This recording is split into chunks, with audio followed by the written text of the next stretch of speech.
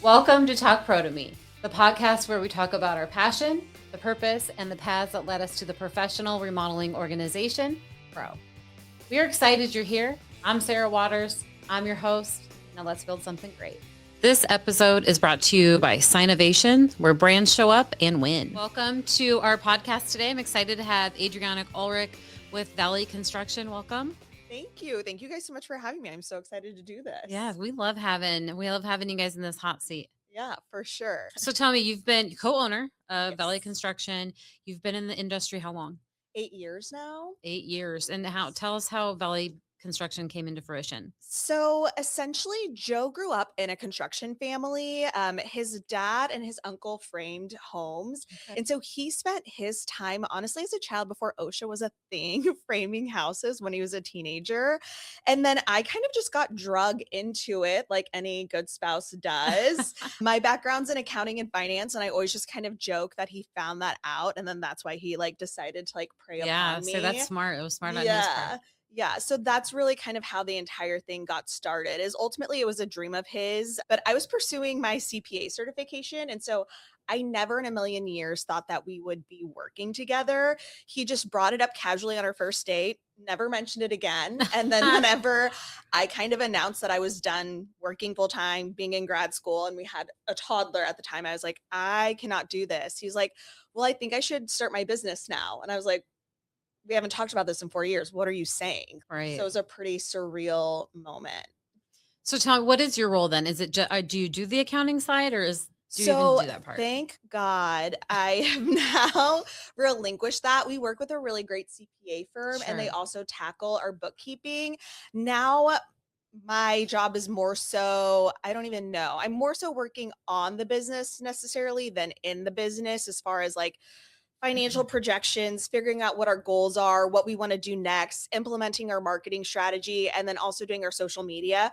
We've tried outsourcing social media a handful of times, and it just has never really clicked or panned out the way that I wanted it to. And so I feel like because I use so much of what I'm hearing our clients say during their remodeling experience, and I then turn that into our content, it's just smarter to keep it in-house for right Sure. now, but then also just a little bit of project management, but really just kind of thinking 5 steps ahead, because I think Joe is still very much in the business. So it's like one of us needs to be looking outward. Sure. I think in Pro, we focus a lot on that, right? Entrepreneurship is challenging. It's more than just having free reign to a schedule. Yes. Yeah. And we talk a lot about most are stuck in the business, which means if you walk away for a week, it can't function without you. Definitely. You're in that operator stage. And I think that that's not the goal for anybody. It's like you want to be able to take a vacation. You want to be able to see your family. So if you can't work it to that business, you've just created yourself another job, which is amazing. You know what I'm saying? But the goal is to really be driving your business and not letting it drive you. Absolutely. And so as you've started to work on the business, for those that are kind of trying to get themselves to that level, what are some KPIs you've identified that have been essential to growth? I think everybody's business is different. And so I don't want to get too in the weeds as far as identifying KPIs, even though if you are in Pro and you want to meet up and talk, this is my favorite thing to talk about. So I will give you my honest advice. I just think it's so different business to business. So I don't want to give somebody a metric that it's that's not applicable. And I sent you down a rabbit hole that does not help your business. But I actually became obsessed with this book called Atomic Habits by James Clear. And he really pushes a yearly audit of just what you're doing on a daily and weekly basis, and if it's driving you forward in your personal and business goals, or if it's setting you back. And I think really using that metric, at least at the end of fourth quarter every single year, is so important to make sure that you're meeting with your CPA, understanding where your dollars went. If you didn't hit your profit margins or what you're trying to achieve, really looking at why and holding yourself accountable. For me personally, this year, I am obsessed with hitting $5 million in business. And this first quarter, we had sales, but not at the volume we need to really be on pace. I'm hoping during second and third quarter that we can hit that. I did a lot of awesome things, and I gave my team like so many props and shout outs, but I think it's also being really critical and just understanding like what we did was awesome. I'm not trying to negate that, but also we need to be realistic with ourselves with understanding what we did wasn't enough to get us where Sure. we're wanting to go. And I think sometimes there can be shame around that and people don't want to have that conversation with themselves or their team. And I really think that accountability piece is a huge moment, but also you have to know your numbers. And I think sometimes we're scared to look at things. It's easy to live in la la land and like ignorance is bliss for a Yeah. reason. So Mhm. I think really being willing to take a critical eye to like your financials and understanding what projects are driving money and which projects aren't will help you kind of analyze what you need to be leaning into. Right. Every project isn't always the right project. And you want to get to a level where you're able to offset and say, that's not the right customer for us. That is not the right Absolutely. project. And also have a resource where you can go and send them to someone you trust and refer. So, how Definitely. has an organization like Pro been beneficial to you guys as a business? I think from the standpoint of like camaraderie, I think that being an entrepreneur can be super lonely and it's not even intentional, but I think that when you do shift from corporate to entrepreneurship, you lose a lot of the support system that you were leaning on without even realizing it. And then even the people that you love might not necessarily know Sure. how to support you. And so I think that camaraderie piece has been super beneficial. And I think also just like the lunch and learns as well. I'm not really someone you're going to see at a happy hour. And it's not because the people aren't amazing and that I don't want to grab a drink with them. I just have entirely too many children to be at those events Relatable. consistently. So I think that really just more of the educational pieces and the building relationships because I feel like in entrepreneurship, you are actually your biggest competition. It's not that there aren't people that don't have successful businesses in pro that do what I do. There are, but I don't see them as my competition. Like if I don't hit my numbers, that's entirely on me. It has nothing to do with them. So I just don't think that there's any issue going and meeting up with them and talking openly about what we're struggling with or what I'm dealing with at the moment. I think you need to have those relationships. And if you don't, you're going to find yourself in a really isolating, lonely place really quickly. And it's going to make it that much harder to run your business efficiently because if you're not mentally in a good place, you can't make good business decisions. Like no one can. You've mentioned just the importance of understanding the customer's experience and working with you to help learn and identify what to do and not do. What kind of resources have you implemented to get that kind of feedback after a project? So we definitely do like check-ins afterwards, but honestly, I'm really just going to credit my mom. She's like the most charismatic, client-centric person you will ever meet in your life. Like the long-standing relationship she had with her clients was absolutely insane. And so I do think it's something that you learn to where it's like my clients are everything to me, but also like my subcontractors are everything to people and relationships is just such a huge driver of this entire thing. And I think sometimes it's kind of overlooked. Absolutely. We have a lot of discussion on subcontractors, right? It's hard to find the right ones. It's hard to have good communication. What do you think has been key to building the right communication and the right kind of partnership with your subs? Yeah. So we got really lucky because, like I said, Joe grew up in the industry. So our electrician, for example, has known Joe since he was 12 years old. Sure. So there's Like, trust already there. Yeah. yeah, and we really I think people look at our business and they see maybe a business that is only 8 years old, but honestly, like, we are standing on the shoulders of what Joe's dad and uncle built as far as industry connections, and that's been a really huge benefit, and so I probably don't have the best advice because our subcontractors, we have just known for such a Sure. long time that that has been probably one of the major advantages that we've been given, and that's another thing I really wanna preface is that if you're 8 years into business, please don't look at us or try to compare us to where you're at Yeah. because you can't. Like, that was a major advantage that we had going into it. But as far as communication, I think outlining expectations off the bat is essential. You can't have a working relationship and you can't get mad at somebody or fault somebody for something they don't know. It might feel like common knowledge to you, but if they don't understand when you're wanting them to check in or what you're expecting from them, you can't expect them to just give it to you. That's probably my main thing. And then if they do something, I think you have to look at intention. Like, was the intention laziness or malintent, or was it just simply like they didn't know you wanted it another way? Because I think even with my employees, I look at mistakes like that. Like, was this mistake made out of just not knowing any better, or was Sure. it made like intentionally? Because one we can correct and fix, and the other is just a red flag of just knowing, like, okay, we need to part ways if this is just how you operate. Yeah, totally understand how that goes. You mentioned a lot the team. How big of a team do you guys have? So we are set up to really mirror what a lot of the luxury custom home builders in Omaha that build like $5 million homes, like how they're set up, because that's where we're hoping to be someday. And so we are a very small and lethal team of four. So it's just my husband and I. We have a salesman, and then we have an office admin. And how team's important. You've mentioned a lot. How do you keep Yeah. a collaborative identity? How do you keep that Yeah. atmosphere? Honestly, we are learning that in real time.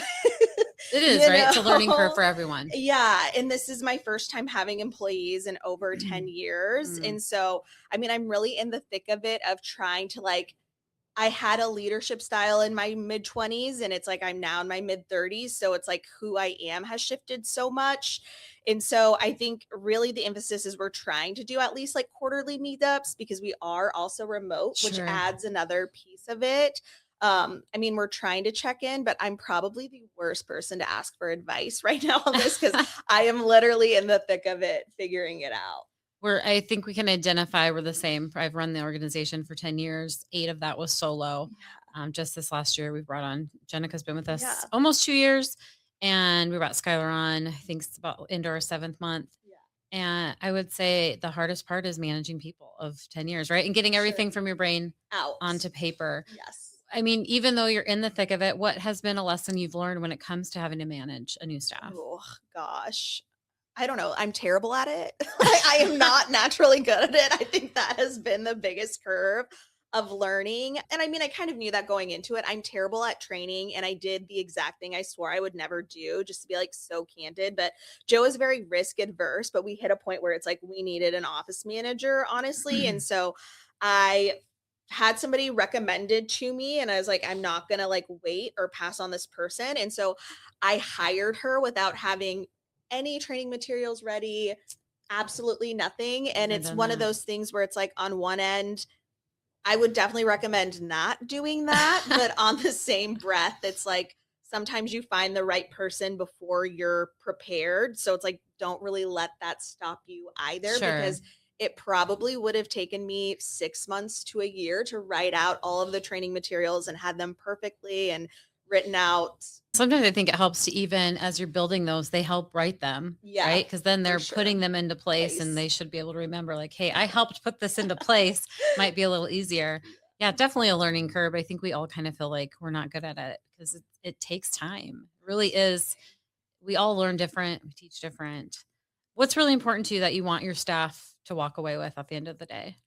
Honestly, that they're a human being first and that their family is Sure. like important and a priority. I think what has really gotten lost in corporate America, and it's like I get it because they serve their profit, like their shareholders, but it's that everybody comes to work to support their family and to provide for their family. And so I really want my employees to know that we value them and we do expect them to prioritize their family first. I'm not expecting you to care about Valley Construction as much as I care about Valley Construction.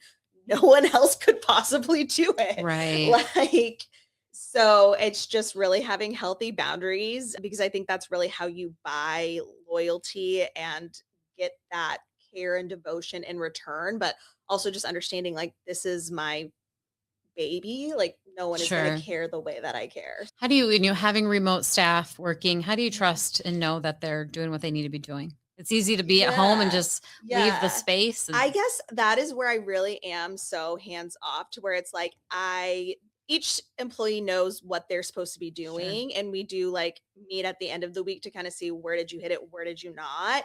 And it's one of those things where it's like, as long as you're hitting everything that I need you to hit, if you ate bonbons and scrolled Netflix, like, more power to you, sis. Like, Yeah. as long as what needs to get done Gotcha. gets done, do you. Do Like, you eat the bonbons? yeah. I can even imagine just sometimes our husbands can drive us nuts on a regular Yeah. basis. What is it like working with your spouse? Okay. So there have been times where actually the business is what is holding Joe and I's relationship together. And so, I mean, I think that's equal parts beautiful and equal parts terrifying if you're saying that out loud. But again, with like the authenticity and vulnerability Very that I honest and promised, candid. we both have insane work ethics and we both inherited them from our parents. And so, probably the strongest thing in our marriage is our capability to work with one another. And so, I think it's a really great thing that we can always go shoulder to shoulder and put out fires and problem solve. And I think that we've gained more confidence. I think of us as a unit because we know that Mhm. like there isn't a problem we can't handle, there isn't Sure. an obstacle we can't overcome, but it's not like a fairy tale either. I just Right. think that for whatever reason, we're the anomaly where it's like we work really great together and then we leave it at the door and then actual life happens and that's where we don't see eye to eye. And I do appreciate, I mean, that's very candid, right? You're being very Yeah. honest. I think it's easy to say, oh, it's great. We're doing everything amazing. Yeah. But I appreciate your honesty to say it's hard. Like there are ups and Yeah. there are downs. Mhm. So I think one of the hardest things as entrepreneurs, turning off that business. So are you guys Yeah. able to turn off and it becomes about marriage and family, or is it hard to find that balance? It's so hard to find that balance, and I don't think we'll ever find that balance. I think sometimes date night, we can just talk about the Nebraska game or do something mindless, but there are times where, like, yeah, we are talking about the business or an issue we're having with, like, an employee or a job site or a subcontractor, and we're also just so busy with having Sure. 5 kids that sometimes our one-on-one time is, like, talking about whatever is going on in our lives, Yeah. regardless if it's business or personal. I think just like shamelessly giving yourself permission to maybe Sure. not engage in something that stresses you out every day is allowed. We do prioritize like setting aside those like probably 4 to 5 hours every week where it's just us uninterrupted time. So we kind of have time to like go all over Sure. the map as far as business and personal. So I don't know. I wouldn't necessarily follow us for any marriage advice, but we're here, we're doing it. We celebrated 10 years on Kudos. Wednesday. So Good for you. I know. What is it like being, I mean, a mom, running a Yeah. business, 5 kids? That's a lot. Yeah. How are we juggling that? Yeah. Um, okay, so I will walk you guys through everything that's happening. So I've got 2 stepkids that are teenagers that I've been with since they were 4 and 5, and then they're now 17 and 16, and we actually just did college visits. And then I have an 8-year-old boy who's sports obsessed and in way too many activities, but if he's not, he Yeah. drives everybody in the home insane. So it's like a necessary Yeah. evil. And then I've got a 6-year-old girl who is sensory seeking, which that made me question my entire parenting style situation, my entire life, finding out her diagnosis and realizing like everything that I had learned previously in parenting, I had to Sure. reassess, reassemble, re-strategize. And of course, I found out she had that once I was pregnant with our now 2-year old. So I really think hiring help, like again, shamelessly, Sure. like we have had house managers in the past to just help with the load. Unfortunately, I haven't really found somebody who is like stuck. I really think I need to like focus on trying to find somebody who has actual experience. And I think that's where I've shot myself in the foot in the past. I've just backed off of that because I've been focused on training our employees. But really, I don't think there's a work-life balance. I think there have been years where I'm leaning more into parenting and being a mom, and then I've had years where I'm leaning more into the business, and, like, shamelessly, again, I will say this is a year where I'm leaning more into, like, the business. But I think just you have to have a village to have that amount of kids. There's no other way that it works. Yeah. So, I just think if there's any mom who feels overwhelmed, I really just wanna encourage you to somehow, some way, figure out a way to, like, find 30 minutes for yourself every single day and then to implement pillars of just time for yourself where it has nothing to do with your kids. I'm 35 years old. I'm going to learn how to golf this year in a golf league. Not even because I'm like, oh my God, this is going to be my next big hobby, but I just think it's so important to Mhm. continue to do things for yourself and Sure. learn how to do things because it's like, it's also our first time living as well. So, Yeah. you know. Golf, I don't know. I'm awful. I can't get the, are you gonna take lessons or are you just going in? So yeah, there's a thing called Women with Drive. And Okay. so it's a part networking thing, part golf lessons. So they pair 4 women with a golf pro, and then you guys Okay. play golf for, I think, an hour, like, over 8 weeks over the summer, and we'll just see how it Yeah, goes. that's a good way. If anything, it's always fun to have a drink Yeah. and drive the cart, I guess. Yeah, right. You've talked a lot about marketing. You're keeping it in-house. I saw a campaign where you said something like, "In 2026, you should not remodel your home." What is you're telling them not? What's that mean? Of Well, first, I just wanna say thank you guys so much for following and supporting and engaging, and if course. you're listening to this, please follow us on Instagram if you are not already. But essentially, what I was really trying to say is we live in this age of like Amazon and instant gratification. And what I feel like the biggest mistake people make is they just jump into a remodel. They sign a construction contract and the next week they're doing demo. And that's where you end up with a project that really kind of misses the Mhm. mark as far as like getting what you want out of it because you haven't taken the time to pre plan and think through what you're really wanting out of your kitchen remodel or your basement remodel. And so, what I was really just trying to emphasize is that it is worth taking the time to plan and to work with a drafter, to work with an interior designer, to really think about your design style, understand how you live, and like what edits will actually make this remodel beneficial for your life because they are Sure. expensive. So if you are thinking of remodeling, do not wait till 2027. It's not getting any cheaper. I'm just saying, please really take a beat and think about it beyond aesthetics so that you get an outcome that you really love and that your family will enjoy for years to come. What do you think is a big misconception that homeowners have going into a project? Everything. It's just kind of like how in high school you don't learn anything about taxes or balancing a checkbook. I feel like we need to have like kind of construction basics 101 because I just see people buying homes that like they shouldn't buy because they weren't well put together. Sure. And so there's just such a lack of education across the board. And that's why so much of our content is education because it's like there isn't one thing that I see continuously pop up. It's just people genuinely don't know. And so I just feel like it's my job to kind of shepherd them through that process and teach them as much as they want to understand. Sure. Some people don't care. They just want to cut checks and we love those people, but if you're wanting to learn, I want to walk you through it as well too. What is one of the biggest resources you think a consumer needs to know if you're going to tell everyone Yeah, one thing going into a project? it's going to cost more than what you think. I would say that's accurate. Yeah, we try to tell them at least 10 to 20%, Yeah. like anticipate, We but should. they need to understand when the starting point versus like you want this light fixture or you want these doors and maybe what you saw is not always what you want to get. Totally. And I think Pinterest is amazing and it's so good to have as a resource, especially when you're trying to explain to a designer or a contractor what you like, what you don't like. But a lot of those images, they're viral on Pinterest because they are 200 to $300,000 kitchens. That's why they're viral because they are perfect, beautiful, stunning. And you don't have to spend that much to get your dream kitchen, but just understand what you're looking at is probably at that price range because Yeah. it's a lot of inset. That's the most expensive. It's a lot of marble. That's the most expensive. The affordable kitchen is not going to go viral on Pinterest. Yeah. So just understand we can take some of those elements and get you that same look, but we don't necessarily need to copy it verbatim. So Right. I just think it's really important to My husband understand. hates Pinterest because I'll say, well, they did it on here 50,000 times when we do some home reno projects. And he's like, Yeah. yeah, but that's not anything like what we have. And I'm Yeah. like, but in the end, he does do pretty good. But yeah. He doesn't believe in himself as well as I do. So, That's all he needs is a wife to believe in him. right, you can do it. I know you can do it. It's on Yeah. Pinterest.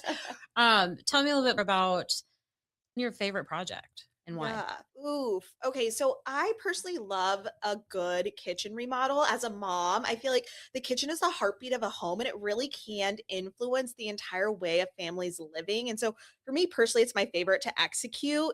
But currently, we are working on a $1 million renovation out in Newport Landing Very where cool.